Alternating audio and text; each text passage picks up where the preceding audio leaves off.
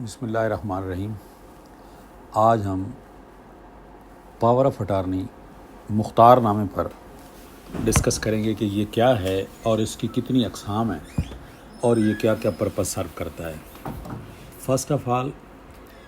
یہ مختار نامہ ایک وہ شخص دے سکتا ہے جو ریشنیل ہو، جو عقل رکھتا ہو، انکیپیسیٹیڈ نہ ہو، انساؤنڈ نہ ہو،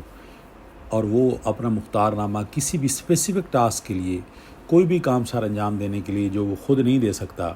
وہ کسی اور کو اپنا مختار مقرر کرتا ہے، جسے ایجنٹ بھی کہتے ہیں، اور اختیار دینے والے کو پرنسپل کہتے ہیں۔ پرنسپل اور ایجنٹ کا ایک رشتہ قائم ہو جاتا ہے۔ جو ایجنٹ ہے، جو مختار ہے، وہ اس کی بیاہ پہ اس کے کام کرتا ہے۔ اس کی کتنی قسمیں ہیں؟ اس کی جو قسمیں اب تک اس کو ڈیل کر رہی ہیں، اس میں نمبر 1 مختار خاص، نمبر 2 مختار عام، نمبر 3 ہے ڈیوریبل پاور آف اٹارنی، اور اس کے ساتھ naan durable power of attorney, اور پھر 5واں ہے سپرنگنگ پاور آف اٹارنی۔ اب دیکھنا یہ ہے کہ ان میں کس کس کی کیا کیا حیثیت ہے۔ فرسٹ آف آل، جو اسپیشل پاور آف اٹارنی ہے وہ لمیٹیڈ ہے، فار اسپیسیفک پرپز ہے، کسی ایک مختصر کام کے لیے ہے، اور جب وہ کام جس کے لیے اس کو مقرر کیا گیا ہے اگر وہ ختم ہو جائے تو اس کے بعد وہ مختار نامہ ویلڈ نہیں رہتا۔ سپوز ایک پراپرٹی کسی کو بیچنے کے لیے کسی ایک شخص نے مختار نامہ دیا ہے، وہ کسی وجہ سے نہیں آ سکتا، پہنچ سکتا، فارن کنٹری میں رہتا ہے، بیمار ہے، اس کا بزنس نیچر اس قسم کی ہے کہ وہ کہیں نہیں آ سکتا، تو وہ کسی کو اپنا مختار دے سکتا ہے، اور جب وہ اس کا کام یا ٹاسک ختم ہو جائے گا تو وہ مختار کا اینڈ ہو جائے گا۔ سیکنڈ یہ ہے کہ جو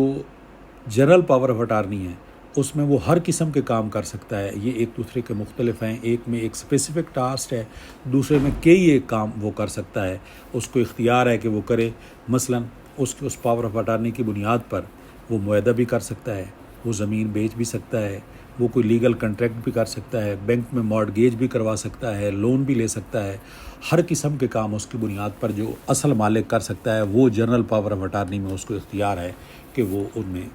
وہ ساری انجام دے سکتا ہے۔ تھرڈ یہ کہ ڈیوریبل پاور اٹارنی یہ ہے کہ اگر آدمی ایک دفعہ کر کے مختار کسی کو لکھ کے دے دے، ڈاکومنٹ تیار کر کے دے دے، تو پھر وہ اس کو کینسل نہیں کر سکتا، ایون اس کی ڈیتھ کے بعد بھی وہ کینسل نہیں ہوتا۔ اور نان ڈیوریبل یہی ہے کہ جو جب وہ چاہے یا جب وہ فاتر العقل ہو جائے، وہ مینٹلی فٹ نہ رہے، تو اس کے بعد وہ پاور آف اٹارنی ریووک ہو جاتا ہے۔ اب دیکھنا یہ ہے کہ پاور آف اٹارنی دینے کے بعد کیا کیا ہو سکتا ہے۔ اس کی ریووکیشن ہو سکتی ہے کہ اگر وہ چاہے کہ ان ٹرم کو اگر اس نے وائلیٹ کیا ہے تو وہ ریووک کر سکتا ہے۔ وہ اس کام کے لیے جس کے لیے اس کو دیا ہے، اس کا طریقہ کار یہ ہوگا کہ اس کو نوٹس دے گا، اور نوٹس دینے کے بعد وہ پبلک کو بھی نوٹس دے دے گا کہ کوئی اس کی بیاہ پہ اس کا جو ایجنٹ ہے وہ کوئی کام مقرر نہ کرے۔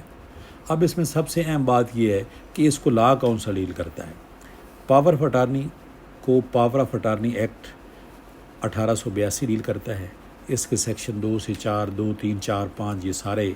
انہی کی ڈیفینیشنز کے مطابق ہیں، لیکن یہ سارے جو علیحدہ 5 ہم نے پاور آف اٹارنی بتائے، ان کو اسپیشل کوئی سیکشن نہیں ڈیل کرتا۔ طریقہ کار یہ ہے کہ یہ پاور آف اٹارنی ایک سٹیمپ پیپر لیا جائے گا، اس پہ جو اصل دینے والا ہے، جس کو ہم پرنسپل کہتے ہیں، وہ حاصل کرے گا، اس کے حق میں حاصل کرے گا، جس ایجنٹ کو وہ دے گا، جس مختار کو دے گا، اس کی تحریر ہوگی، اس کے دستخط ہوں گے، اس کا انگوٹھا ہوگا، اور لینے اور دینے والوں کے درمیان ان کے ساتھ ان کی گواہی، 2 گواہ اس کو دستخط کریں گے، اور پاور آف اٹارنی کو پھر لیگلائز کرنے کے لیے یا تو نوٹرائز کرایا جائے گا، یا اس کے بعد اس کو رجسٹرار کے پاس رجسٹرڈ کروایا جائے گا۔ یہ دونوں چیزیں پاور آف اٹارنی کے لیے ضروری ہیں۔ اب اس کے لیے اس کی مینٹل کنڈیشن بھی ضروری ہے کہ جو پاور آف اٹارنی دے رہا ہے وہ مینٹل کنڈیشن اس کی ٹھیک ہے، والنٹیئر ہے،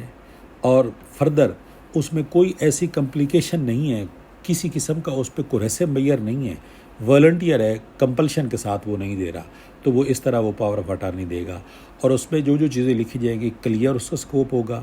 اس کے سگنیچر، اس کی رجسٹریشن، نوٹرائزیشن کے بغیر اس کی اہمیت نہیں ہوگی، اور اس کو وہ بریچ بھی نہیں کرے گا۔